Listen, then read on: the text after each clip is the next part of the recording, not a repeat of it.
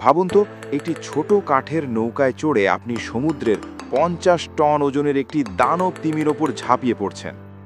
এটি কোনো সিনেমার দৃশ্য নয়, ইন্দোনেশিয়ার লামালেরা গ্রামের মানুষের প্রতিদিনের জীবন, যেখানে একজন যুবক হারপুন হাতে মৃত্যুর তোয়াক্কা না করে ঝাঁপিয়ে পড়ে বিশাল সাগরে।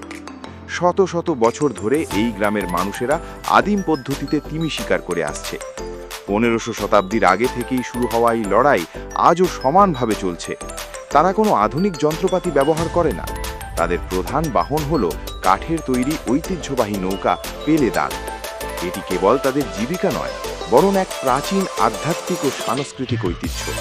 প্রতিটি শিকারের আগে তারা সমুদ্র দেবতার আশীর্বাদ প্রার্থনা করে। কিন্তু এই রোমাঞ্চের আড়ালে লুকিয়ে আছে চরম ঝুঁকি। বিশাল আকৃতির মান্টারে বা তিমি যে কোনো সময় নৌকা ডুবিয়ে দিতে পারে। একবার এক শিকারীর পায়ে দড়ি পেঁচিয়ে গেলে বিশাল মাছটি তাকে টেনে নিয়ে যায় গভীর সাগরে। 5 দিন খুঁজেও তাকে আর পাওয়া যায়নি। এখানে শিকার করতে গিয়ে হাত পা হারানো মানুষের গল্প ঘরে ঘরে। তবুও ক্ষুধার অন্ন জোগাতে তারা এই পাগলামি চালিয়ে যায়। ঘন্টার পর ঘন্টা অপেক্ষার পর যখন শিকার সামনে আসে, তখন শুরু হয় আসল লড়াই।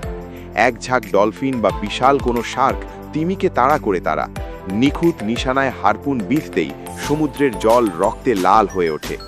যখন মাছটি ক্লান্ত হয়ে ভেসে ওঠে, তখনই সফল হয় একটি অভিযান।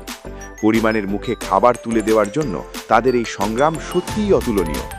সারা বিশ্বে তিমি শিকার নিষিদ্ধ হলেও এই জনপদ তাদের শতাব্দী প্রাচীন ঐতিহ্য ধরে রাখতে আজও বদ্ধপরিকর। প্রকৃতির সাথে মানুষের এই অদ্ভুত জীবন সংগ্রাম আপনার কেমন লাগলো? কমেন্টে জানান, আর এমন আরও রোমাঞ্চকর ভিডিও দেখতে আমাদের সাথেই থাকুন।